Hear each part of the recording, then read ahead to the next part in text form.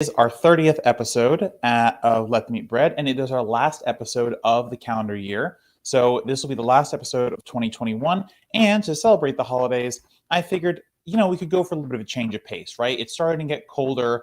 Maybe your kitchen isn't as warm. You don't want to do a long yeasted bread. You just want that bread as soon as you can, right? So what we're going to do today is make a Swiss cheese beer bread. And this uses two of my absolute favorite ingredients in bread, which is cheese and beer.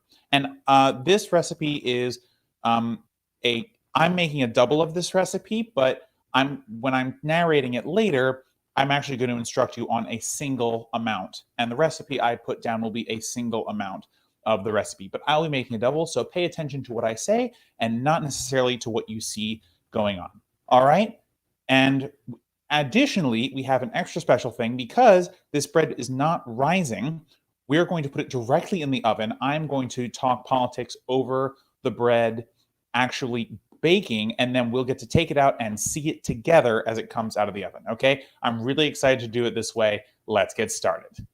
All right, so first we're going to put in our flour. For this recipe, I am using 3 cups of bread flour, although all-purpose will work just fine. Next up, we have our baking powder. That's 3 teaspoons of baking powder.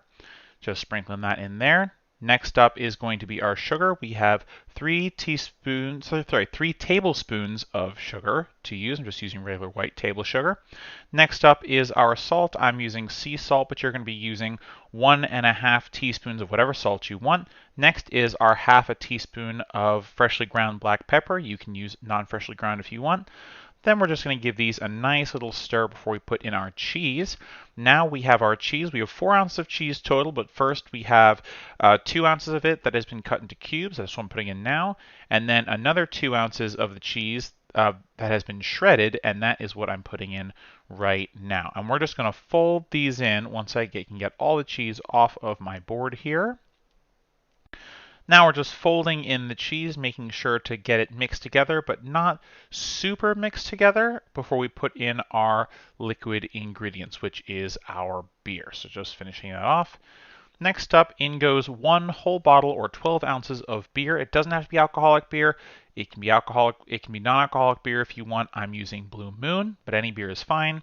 And then we are going to slowly, very carefully mix this together so you don't get your dry ingredients all over the place. This will start to come together, but you're going to have to mix slowly at first. We're not trying to knead it. We're just trying to combine all the ingredients so there are no wet spots. So just keep mixing together, folding over itself, like I'm doing with my spatula, and then we're going to put in our butter. Mine congealed a little bit, but it should be melted.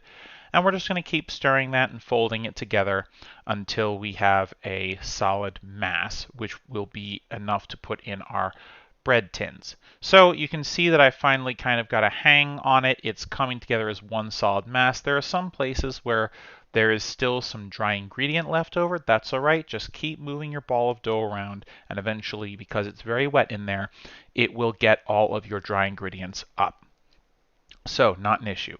Also, if you've mixed yours faster than me, you will note that I have 2 loaf tins on my table. You only need 1 for this recipe, but as I mentioned earlier, I'm doing a double. So make sure that you have either lubricated or used parchment paper on your 8x4, I'm using 9x5, loaf tins. Okay, and this will make sure that your bread comes out nice and easy. So we're almost done mixing, and now we are going to divide this. I'm going to divide this because I'm doubling it. You can just plop your dough right in your loaf tin, just like so. We're going to do that with our second one, just like so. All right, so we have our 2 loaves. They are in their respective loaf tin. They weigh the exact same amount. That's what I was using the scale for. And now we're going to pop them in the oven at 375 degrees Fahrenheit for 50 to 60 minutes, okay? And this is just going to be, now you're still going to want to use the 205 temperature test, but if you don't have a thermometer, you're going to use the cake test, right? You're going to take a toothpick and you're just going to put it in, and if it comes out clean, you know it's done, okay? Because these are essentially going to bake like cakes because it's a bit like soda bread. All right, so we're going to pop these into the oven. I'm going to set a timer. We're going to rotate these halfway through. So about 25 minutes through our politics portion, I'm going to pause and rotate them in the oven. And then we're going to take them out at 50 minutes. My oven typically runs a little hot, so it should be fine. Although these may need to cook a little longer because I'm doing 2 of them. We can figure it out. So no worries about that. We're going to put these in for 50 minutes for now. So I'm going to go set a timer, and then we will be ready to talk some politics. Be right back. All right, let's see what we have on the whiteboard this week. We are looking at a bunch of different topics today. So let's start with the first one. Congratulations to the Starbucks location in Buffalo, New York that unionized. It's entirely possible that there were 2 that unionized. I know that there were 3 who had votes. One of them was not able to secure enough votes for a union. One of them was, and the one in the airport, the results haven't been announced yet. They may be announced by the time you're watching this, so hoping for a victory there, we'll just have to see. But this is great news because Starbucks spent a lot of time and money trying to stop this union effort. In fact, at one point, Starbucks had actually threatened to close all 3 stores just entirely. And instead of union busting kind of the traditional way, they were going to say, oh, you want to have a union? Okay, well, then we just don't need to have stores here. Which was an interesting and not necessarily novel approach, but definitely a newer approach to fighting back against a union drive. But it's okay because it does seem like the union elections were able to go along fairly. Now, of course, these results are going to go be verified by the NLRB, the National Labor Relations Board, who oversees all of these. So we'll just have to see what happens.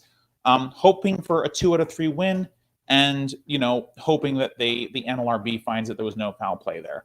So just very excited for that news, and hopefully this will set off kind of a chain reaction so other people in other large fractured corporations like Starbucks are, they believe that union organizing is possible and that it can actually be done, and you can actually beat the corporation if you work hard enough. So good news all around for the most part. We'll have to see what happens, and we'll, the story will evolve in the next couple of days.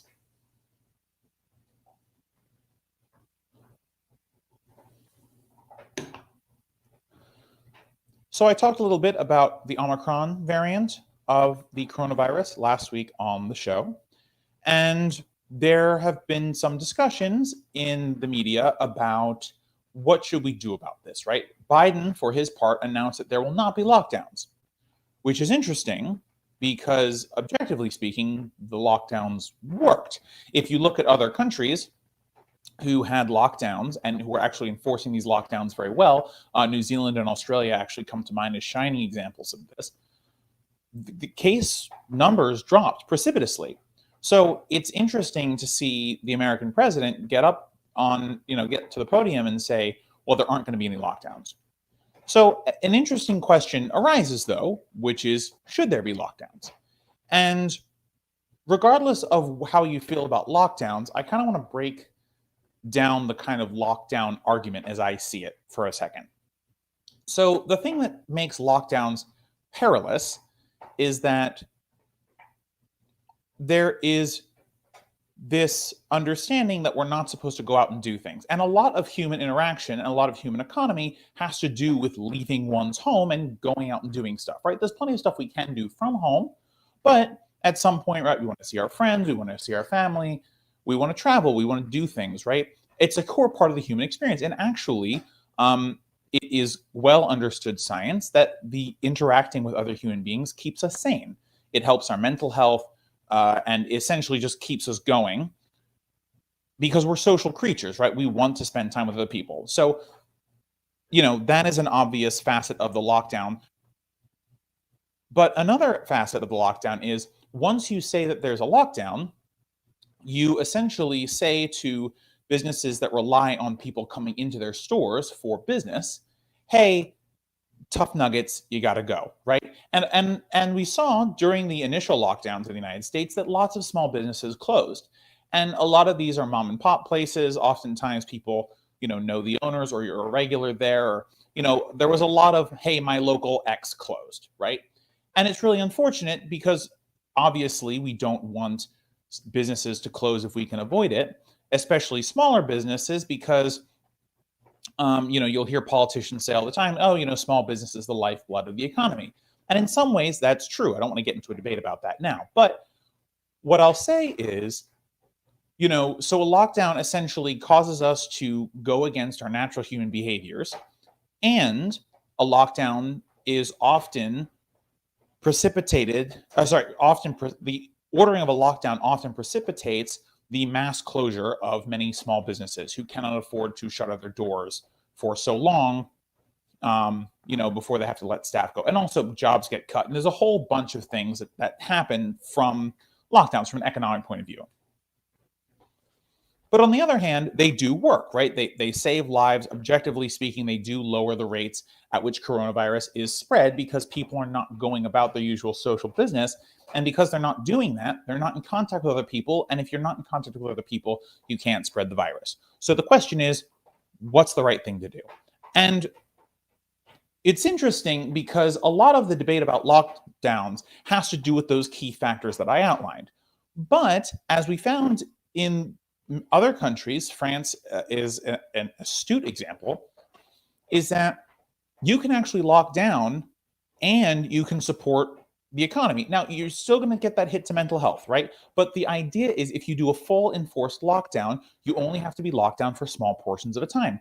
New Zealand and Australia, again, shining examples, that they only lock down for a couple weeks at a time and they're able to reduce the strain that it takes on the economy because people actually do it, right? There's buy-in from the populace, but also the reason there's buy-in from the populace is because the government takes care of the people.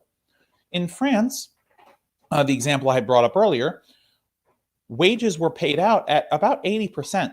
You could get 80% of your salary or average working wages paid to you by the government, no strings attached, so that you would stay home. And what this did is it took the burden off of employers to pay for wages for employees that weren't working. It allowed people to stay at home and not starve. So there were solutions that you could actually tell people to go home, stay at home, and quarantine, but also not create significant damage to the economy. So on balance, I actually think the correct answer is there should be lockdowns. Once we have a better sense of Omicron and how it works and how it functions, and it does seem to be at this point more transmissible and less deadly. So perhaps this is the variant that becomes endemic in the population. It's hard to say, and I'm not a scientist, okay? Caveats as always. But if we are requiring a lockdown, or if lockdowns look like they can be productive, I'm full steam ahead, team lockdown. And the reason for this is because, truthfully speaking, as long as the government can be coerced to provide for the common person, a lockdown actually doesn't have to be that bad. We can lock down for 4 to 6 weeks or longer if we have to, as long as the government continues to pay people to stay at home. If people aren't paid to stay at home, what happens is you lose the incentive to stay at home. People are incentivized to go and find work because they're starving. They're running out of money. 60% of individuals in the United States cannot afford a $400 expense. This is obviously very alarming if you're asking people to live without wages or salary for months at a time, right? So we can lock down, and if the science says that a lockdown is appropriate, I think we should lock down. But we can only lock down provided that the government actually takes the time to expend the monies necessary, and not loans, none of this other bullshit. Maybe conditional payments, sure, fine, like the PPP was supposed to be, the Paycheck Protection Plan. This was supposed to be money given to businesses so that they would not lay off workers and they would continue to pay workers as if they were coming in, even though they weren't, okay? By the way, the coronavirus lockdowns also just tend to exacerbate some of the other existential economic problems that we have in the United States, such as the fact that people have to work multiple jobs to live. But again, don't really want to deal with that right now. I just want to talk about the broader point of, if we do have to lock down, we should go ahead with the lockdown, and we should give sufficient incentives for people to stay home. Small businesses, they should get comped for the amount of money it would cost them to pay their bills. People don't stop collecting rent just because there's a lockdown, right? Unless there are rules or money given. So the government then has to enact rules or give money. Same thing with with workers, right? They need to collect a wage. So you either have to provide money to the people who owe money to someone else, or you have to take government action to restrict the collection of payments that are simply made from one person to another, right? And by this, I mean rent and utilities and other things, right? So if there are services that you use on the regular and the sole purpose of you getting your paycheck is to go and pay them, or like a mortgage and things like that, then the government can actually legislate and say, hey, the economy is going to freeze. We're going to create the financial backstop. No one's going to owe anybody any money for the duration of whatever. And we're all just going to stay at home. And by the way, that would be not necessarily a bad thing. It would be very functional and you could do it. Or if you don't like that approach, you can say, all right, well, you are going to still owe the money to people who you typically owe money to, but in that same vein, the government is going to pay you, whether it's a flat fee or it's a percentage of your salary or however you'd want to do it. The point I'm trying to make here is that there are a plethora of options in order for us to, successfully craft a plan that allows a lockdown to not be dangerous. So that the question doesn't become, should there be a lockdown? The question becomes, how short can we make the lockdown that we're going to have? Because ideally, the lockdown is short, everyone abides by it, and then we reduce cases down enough to a point where the lockdown can be lifted. And of course, we have our thresholds, and the government creates those, and we just go forward and do it. There are ways to make this a safer public policy for everyone involved. And if we are going to do lockdowns, which we may have to do, and I'm in favor of, you cannot do them without support. That's the bottom line.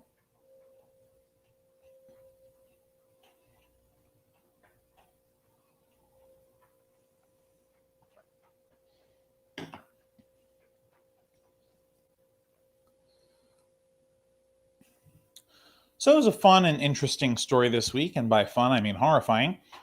New Zealand proposed, I believe to the United Nations, that there be an international ban on killer robots. So what is a killer robot? So a killer robot is essentially any autonomous robot that makes decisions about the ending of a human life. And in this process, in order for it to be categorized as a killer robot, there has to be no human involved, okay? So imagine if a drone flying overhead used its camera to spy on someone, to match their face to, I don't know, say a database of wanted individuals, or a kill list or what have you, decided that that was the person it matched, and then the computer made the decision to kill the individual. The individual then dies. Well, is killed, sorry. That is a killer robot. And by the way, it doesn't just have to be drones. They make these kind of robot dogs with guns on them, which I actually think featured an episode of Black Mirror. So if you find yourself making something that looks like it's out of Black Mirror, maybe just think about your life choices a little bit. But anyway, this seems like a perfectly reasonable proposal. Who on earth could possibly be against? And the United States has rules saying that they will prohibit the blocking of this type of resolution. Okay, so this is bad. So essentially, what New Zealand is asking for is the single most logical thing on planet Earth. The taking of a life should be, for lack of a better word, sacred. It should be difficult to do. It should be a thing that is not done often, okay? Now, regardless of the circumstances, military, non-military, whatever, we should be in the practice as humans of avoiding taking the life of other humans, okay? Fine. But when you entrust a computer to this decision, you introduce a myriad of problems, not least of which is you can almost guarantee that this checking, this verification the computer has of who it's going to be killing is going to be based off an algorithm, right? And algorithms, as I've mentioned on the show before, incorporate the biases of the individuals who have made them. So, that's just kind of a really quick, hey, this is why this is a bad thing. But you can probably think of hundreds of reasons why it's bad to have killer robots. One of the most interesting of which might be, if you take the stakes out of war, there might be war for all sorts of stupid reasons, right? as long as you can guarantee that no humans are going to die, or at least on your side, then the cost of war, as it were, seems to be a lot less. One of the reasons, by the way, for that the Vietnam War ended is because there were protests about the number of American bodies coming home. Right at the end of the Vietnam War, there were 56,000 dead, approximately, give or take. I think more modern counts take it a little higher, but just around then, around that much. So when we see bodies coming home, war becomes unpopular, which is not surprising. We don't like it when our own people get killed.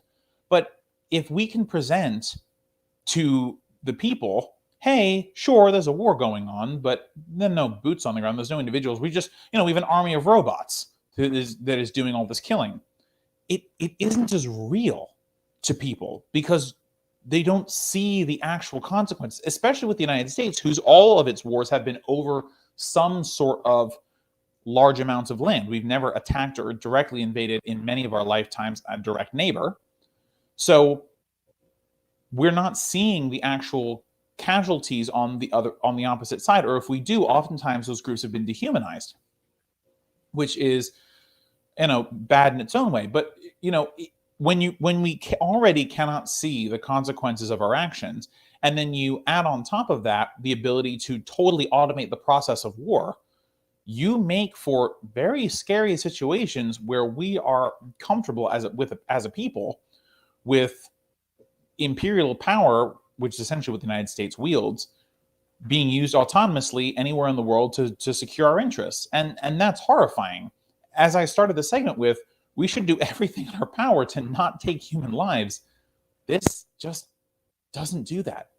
So you would think that someone going to the United Nations and saying, hey, can we not make killer robots, would be a perfectly reasonable and objectionless recommendation.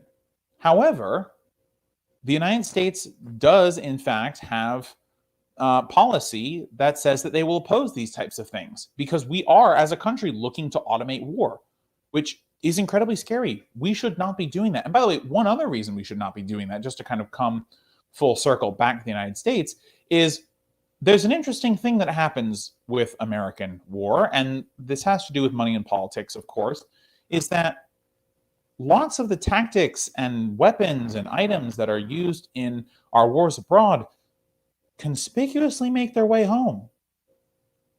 Ferguson looked a lot like Kandahar, and that wasn't by accident.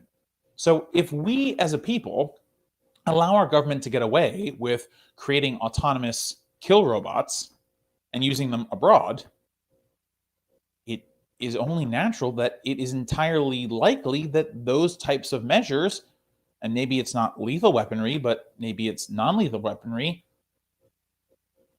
is done at home.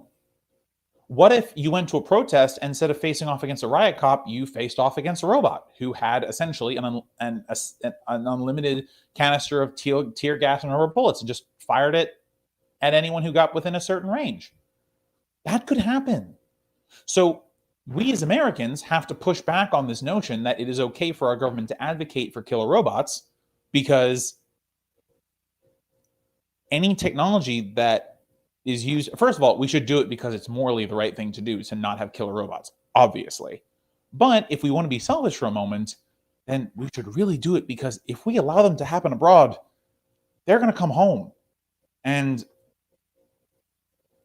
I can't imagine it wouldn't be chilling to someone to know that instead of trying to go up against a human being who maybe you can convince, maybe you can appeal to their humanity, you're going up against a robot who doesn't have any. And then the state, there's no cost to repression for them. There's no need to have human beings that are on the line who can defect, who can, have a heart, who can do any of these things. Once we allow this process to go forward, and I know I'm beating this to death, but I feel very passionately about this, you essentially are in a situation where, who knows what other types of lethal and semi-lethal things you could automate. The point is, we should not allow this to happen. We should if possible, contact our representatives and tell them, no, we do not want killer robots. We do not want America's policy to reflect that killer robots are okay, and we want the United States to support New Zealand's resolution to ban killer robots.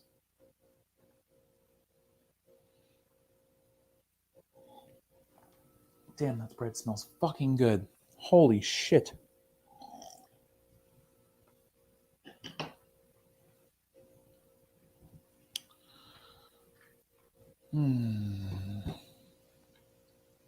Okay. So, this week, the Biden administration put back into force the Trumpian Remain in Mexico policy. And I think I've talked on the show before about how inhumane it is, how problematic it is, but there's a million people saying that, so that's not really the point I want to make. At this point, Biden looks a lot like Trump. And it's uncomfortable to say because it was very easy to shit on Trump. And Biden kind of came through with, more or less on his white steed saying, hey, I'm going to fix it, right? I'm going to undo the bad Trump stuff. And while it's true that some of this order was required by a court, the reopening of private immigration detention facilities and the expanding of Title 41, which is the draconian rules that Trump used to stop immigration entirely, or to try and stop immigration entirely because of COVID, those were not requirements from a court. Simply saying that you're going to be better than whatever Republican baddie is obviously not good enough. But at this point, Biden's poll numbers are at record lows. We are at the end of his second full year, right? Second full year? No. His first full year as president. And on immigration, he looks exactly like Trump. We have private facilities. We have private ICE facilities. We have, more draconian measures being taken at the border. We have an expansion of Title 41, and we have the Remain in Mexico policy. I mean, the Democrats ran on being pro-migration. What the fuck happened? Like, what is going on? And by the way, even if there are more migrants coming at our borders, like I said last week, and like I will continue to say every week, and that I have to, these people are fleeing for their lives. They just want to come here and be safe and work. And for fuck's sake, we should just let them. There is so much open land in this country. There are so many open jobs that only immigrants want to do. Picking our fruit, for example, is an excellent example. A lot of farm work.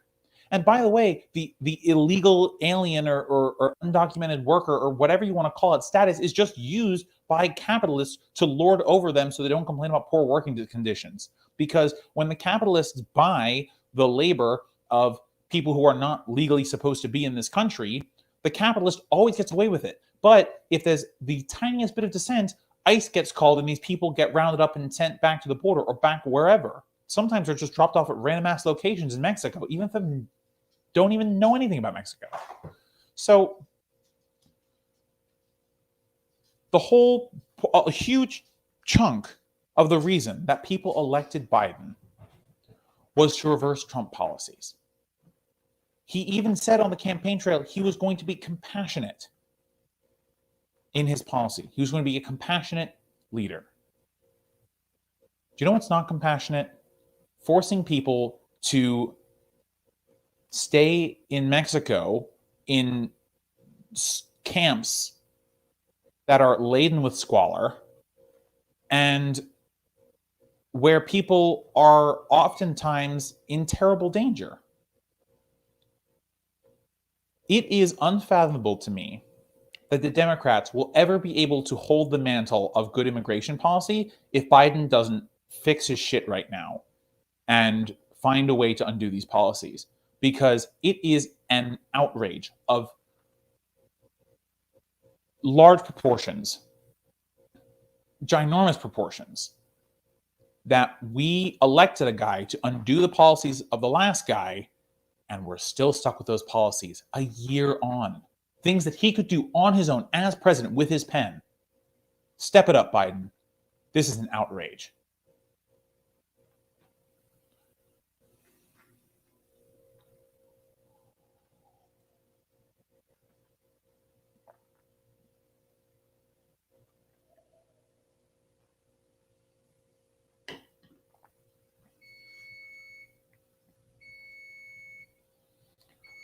All right, that is our first timer. We're going to go rotate our bread real quick, and then we'll come back for at least two more stories. And we're back. We have rotated our breads. They are looking pretty good. And now we're going to get back to politics, and we're going to talk about a couple more things. So there are two things that I've been wanting to talk about for a while on the show. And I've talked about colonialism before and neocolonialism on the show before. And it's just one of those things that, tends to be in the news a lot if you're looking in the right places. So the first thing I want to talk about is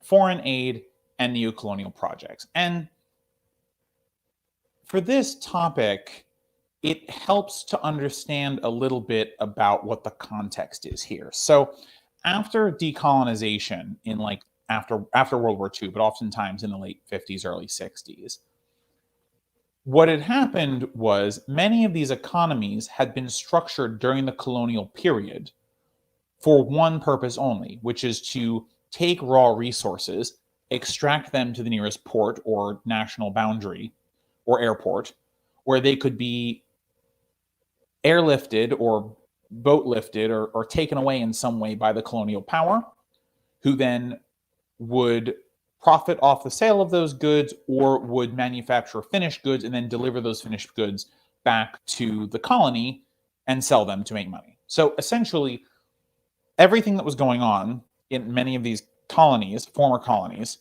was exploitative, was extractive. The mother country, as it were, they had designed the economy, they had industrialized the economy to do only one thing. And that one thing was to take resources out of the country. Okay. So when the colonial power left,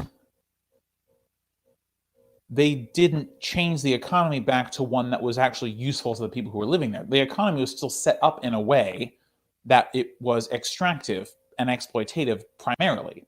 So in many ways, the colonial powers continued to benefit from the profits that were generated. Now, some countries were able to kind of turn this around, but it's been difficult. And actually, some of the best examples of how this was all set up is that Nigeria is a great example, but India is a great example too, is if you look at the way the rail lines were built, if you look at the way the British built the railroads were monodirectional for the most part. And the rail lines went from resource output centers like mines and quarries and farms and things, and went directly to ports where the goods were then taken and sold. So just because a colonial power leaves and their flag comes down off the flagpole doesn't mean that those railways now go to domestic factories where the goods can be transformed into no longer being raw materials or be sold in communities that need them, right? So this economic colonialism actually persisted in a lot of countries for a while, and in many cases does still persist in some way, shape, or form. So there has been, and by the way, as I talked about on previous shows, there has been an incredible amount of destabilizing forces on many of these countries, causing civil wars, coups, breakaways, and all sorts of things, right? So the formerly colonized powers have reached out to the former colonizers and said, hey, could we get some money and could we get some aid? And whether that aid is military aid or financial aid or loans and other stuff. And there have been, oftentimes, the colonial powers have acquiesced to some form of aid, but that aid doesn't really look like it's particularly helpful. So, for example, instead of giving money directly, they might give loans. But on the condition of those loans was to fundamentally change the way the economy worked. And it was often used, and these loans were often used to stymie left wing or anti capitalist governments from coming to power and requiring neoliberal reforms. We've seen this in a non previously colonized country with Greece, is actually a great example of where the IMF loan style was kind of used in a non-colonial country. Germany spent a lot of time kind of imposing neoliberalism on Greece, even though it wasn't interested in that project. But a lot of what happened with these loans is that they were used to force economies to go particular ways. And by the way, these loans, the conditions of these loans in the long run were actually going to help the former colonizers anyway. So it's not really aid. And when military aid is provided, sure, the military aid might be there to fight, an extremist group, Al-Shabaab, or what's the one in Nigeria? I can't think of it. Boko Haram, or any other group, or the Islamic State or some Islamic State affiliate, whatever, right? So in theory, in theory, the foreign military is there to deliver security. However, oftentimes what that foreign military actually ends up doing is they end up protecting the assets or items that are important to the colonizer. And by the way, nowhere do we see a better example of this than what the US was doing in Afghanistan. Now, of course, we're not there any longer, but that was, or in Syria too. In theory, we were there to keep the peace, but we were guarding the oil fields and we were ramping up oil production in Afghanistan and in Syria. So were we really there to protect the people, or were we there to protect our interests in the natural resources? And the same thing, by the way, is going on in France. There was a very humorous exchange on Al Jazeera this past week, talking about whether the French military should leave West Africa. The French military has a large presence, about 5,000, 6,000 soldiers in West Africa, specifically in formerly French colonies. And in theory, they're there to maintain stability and to fight terrorism and all that good stuff. However, the complaint by many of these countries has been that the French government is actually either directly or indirectly causing their troops to only protect things that the French government cares about. And they're not necessarily protecting the individual citizens of the relevant countries, or even doing that good of a job in fighting the baddies that they're supposedly there to fight. So these aid processes essentially become neocolonialist ventures. What is happening is that this new form of colonialism is being reimposed, oftentimes by the same powers who initiated colonialism the first time around. And by the way, once again, for the benefit of those formerly colonial, now neocolonial powers. And this style of imperialism does not actually help in the liberation of these formerly colonized countries. It instead just subjugates them in a different way, just changes the manner in which these countries are subjugated, but doesn't fundamentally change the economic conditions on the ground, nor does it change the security situation on the ground. So, and I mentioned that this piece on this discussion Al Jazeera was funny.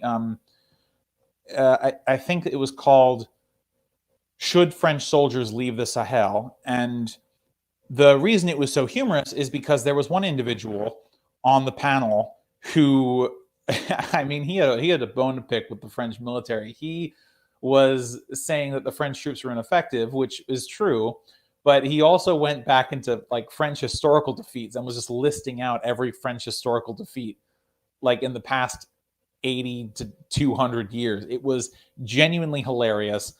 You should give it a watch if you can. And the host is just desperately trying to get this conversation back on track.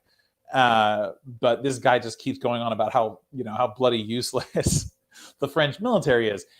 And sure, it was a funny part of a very, very serious conversation, but I think the point that we should get out of it, not this gentleman's point about how useless the French army is, but the point we should get out of it is, yeah, the French troops in this case are not being effective, so they should leave, right? If you're asked, so, and this could be any context, right? Say a friend of yours, asks you to come over and help them with something, and instead, I don't know, change a light bulb. I don't know.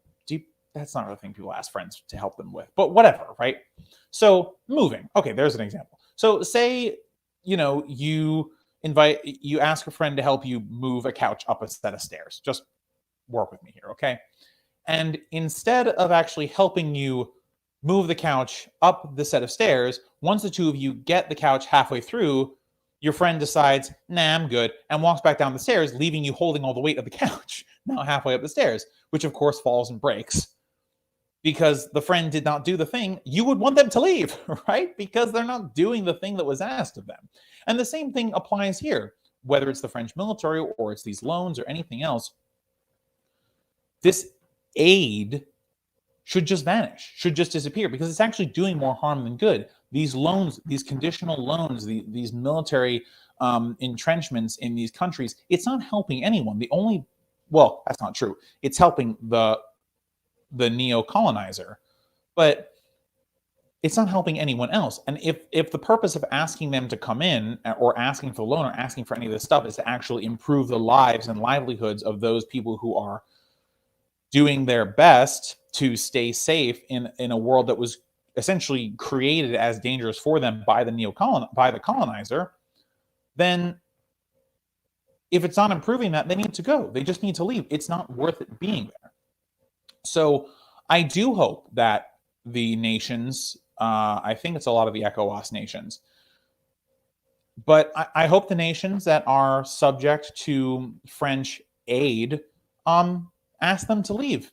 Mali, Niger, all them, I think they should just ask them to go. Clearly, the French aren't doing the job they're supposed to do, and this has nothing to do with the French, by the way. It just has to do with, the type of aid that's being given.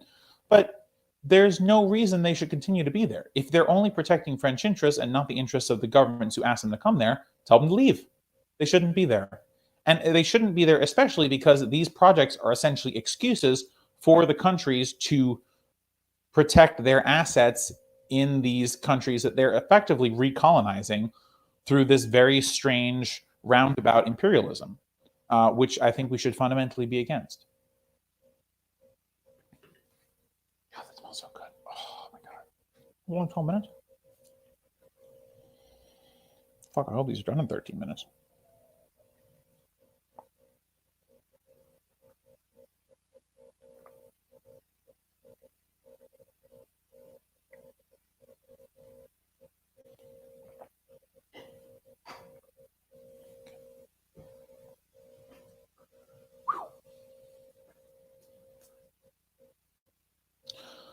Okay, so in the last segment, I talked a lot about formerly colonized and formerly colonizing countries. And I talked about the type of aid that's being given to those formerly colonized countries and how it is not really helping anyone except for the giver of the aid. So I want to take a step back because I always want these discussions to be productive to the extent they can be. And I want us to think for a moment about, so if those things are not what should be given to formerly colonized countries by former colonizers, then what should be owed to formerly colonized countries, former colonies? And the answer is kind of obvious, but I want to break down kind of what it all means. So obviously, the answer is reparations. But what does reparations mean in this case? And especially how is it going to vary from country to country? So, if we think about the things that colonizers have done to colonized countries, you can approach it from a variety of different angles. So, the most obvious one is the fact that the economies of these countries were co opted by the colonizer as they were developing, and all manner of resource was taken from the colonized country and given to the colonizer. It's kind of the obvious bout of colonialism that kind of makes the whole system work. But there are also less obvious ones. I think borders is a less obvious one if you think about the scramble for Africa, especially, but other colonial efforts as well. Oftentimes, borders were drawn by colonizers who were in competition with each other. A great example of this that's not from Africa is in the 1500s, the Pope received a Spanish and a Portuguese envoy, and they came to the Pope asking for resolution of a quarrel that they were having. So they had found South America, and they both wanted to colonize it. And they were essentially fighting each other, not like a war, but they were fighting each other and claiming and counterclaiming all these different areas, and they couldn't figure out what belonged to who, right? As if this is a legitimate discussion to be having in the first place. But essentially, they wanted it broken down for them. And the Pope said, okay, fine. And just drew a vertical line through South America and said, this half belongs to Portugal and this half belongs to Spain. And this has real world consequences, because now Brazil speaks Portuguese, and most, if not all, of the other countries in South America speak Spanish. So one decision that one man made to resolve a dispute of colonizers fundamentally changed the linguistic and national landscape of all of South America. Interestingly enough, Argentina, by that logic, should also speak Portuguese, but I don't believe they do.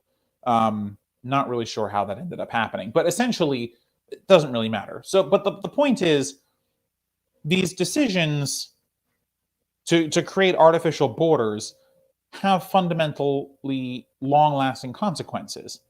And in Africa, this is particularly poignant because Africa didn't really get to grow up into the nation states that Europe got to grow up in. And this is true with South America as well, but to a smaller extent. But Africa was colonized right as it was kind of coming into the modern world, as it were. And any national identities which were forming, like the Kingdom of the Congo, for example, were shattered by whatever lines were drawn at the Berlin Conference in, I think, 1886, 1881. I can't remember the date off my head, apologies. But what happened is that these lines were drawn, and people who were not co-nationals in any shape or form became included in the same country together. I often bring up the example of Nigeria because it's a great example, but also Malawi and Zambia are also great examples. In that case, in the Malawi-Zambia case, two tribes were just cut right in half by an artificially created border. And by the way, the dynamics of those four quadrants of cultures are incredibly different. I brought this study up on the show before, but essentially in Malawi, these two cultures are at odds with each other and hate each other, whereas these same two cultures on the Zambian side intermarry, they're close, they have relationships with each other.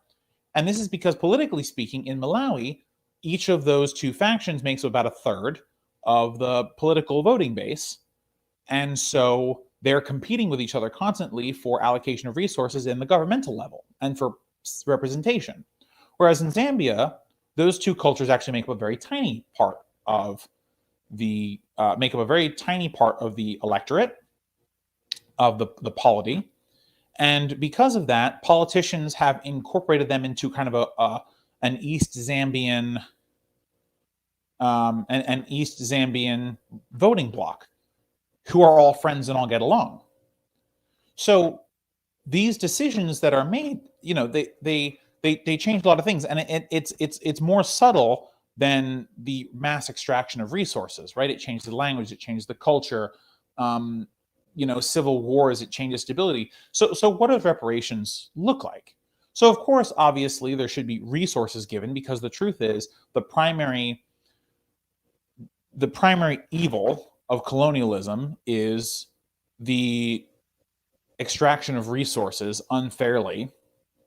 But so say that there was a number concocted about how much reparation should be, and that number was requested and it was paid. Okay, great, perfect. Except we still have lots of other problems too. As I mentioned in my last segment, one of the things that colonialism does is it fundamentally restructures economies for extraction only, and not for internal development. So not only would you need to actually pay the cost with interest of all the labor and all the resource extraction that took place over the colonial period, which for some countries is a very long time, but also you need to, either with your own labor or with other resources, mainly money, pay for the redevelopment of the economy to be an internally useful one.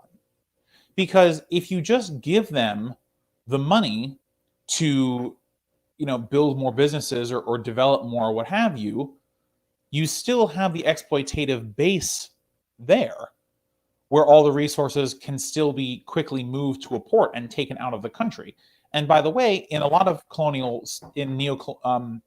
formerly colonized countries, this still happens to a large extent, right? So you need to build the railroads to go to major cities as opposed to the ports. You need to create infrastructure so that individuals can have their resources used in their communities as opposed to being taken out of their communities. There's a whole level of infrastructure and resources that need to be added to whatever this total reparations amount would be, because it also has to pay for the country to be able to use the thing that to use the resources that it has. So that's another number that we're tacking onto the reparations bill, but we're not done. When I talked about borders, sure, I talked about lasting consequences, but a lot of the times these smaller groups want to break free. They want to become their own nation. South Sudan is an excellent example of where this has actually happened. But in Nigeria, it failed, right? The Igbo people believed that they wanted their own nation, but they were forced back in by the collective Yoruba and Hausas, who had enough military force to bring them back into the fold of Nigeria. But Nigeria is a random ass conglomerate of different nations that didn't really know or like each other when colonialism happened. So another thing that we can add to our requirements for reparations is for all of the groups that were subjugated into distinct political bodies that didn't make sense, politically speaking, culturally speaking, nationalistically speaking, the former colonizers should also pay for whatever transition would allow for those nations to become nation states, to have their own governments, to have their own infrastructure, to establish borders, to establish bureaucracies, preferably democracies, but whatever it is, we need to pay that out as well. So you can see that it becomes a difficult thing to calculate about how much these modern nations, these modern former colonizers owe these former colonies. But the point I'm trying to make here with this segment is to say that there's a lot owed, and it's a lot more than just thinking about colonialism from its base perspective and how resources have been extracted. If we really want to undo the harm of colonialism, we need to actually undo the undergirding problems that colonialism created. And once we do this, then we will finally be at a place where the former colonizers and the formerly colonized are on an even playing field. But until we do that, there will always be a poorer, more frustrated, a more economically slowed region of the world, because the institutions that allowed for their resources to be taken out of their country during colonialism haven't changed enough to actually allow the countries to use the resources that they are continuing to generate. The former colonizers are actually still benefiting in a significant way from how those resources were extracted in the first place. All right, so as you probably heard in the background and just now, our timer is done. So we are going to take our bread out of the oven and have a look at it together. All right, so full disclosure, my bread took about 15 minutes extra, but I did have 2 of them in the oven, so don't worry about that. Just make sure that you measure it properly. All right, guys, these loaves look amazing. I can't wait to eat them. I will see you all in the new year. Thank you so much for watching Let Them Eat Bread, and take care. Thanks for watching this video, guys. If you liked it, throw a like on it, share with your friends, and subscribe for more of our content. You can also find all of our videos and clips on youtube.com. Just search Let Them Eat Bread and you'll find all of our content. All right, guys, see you next time. Bye for now.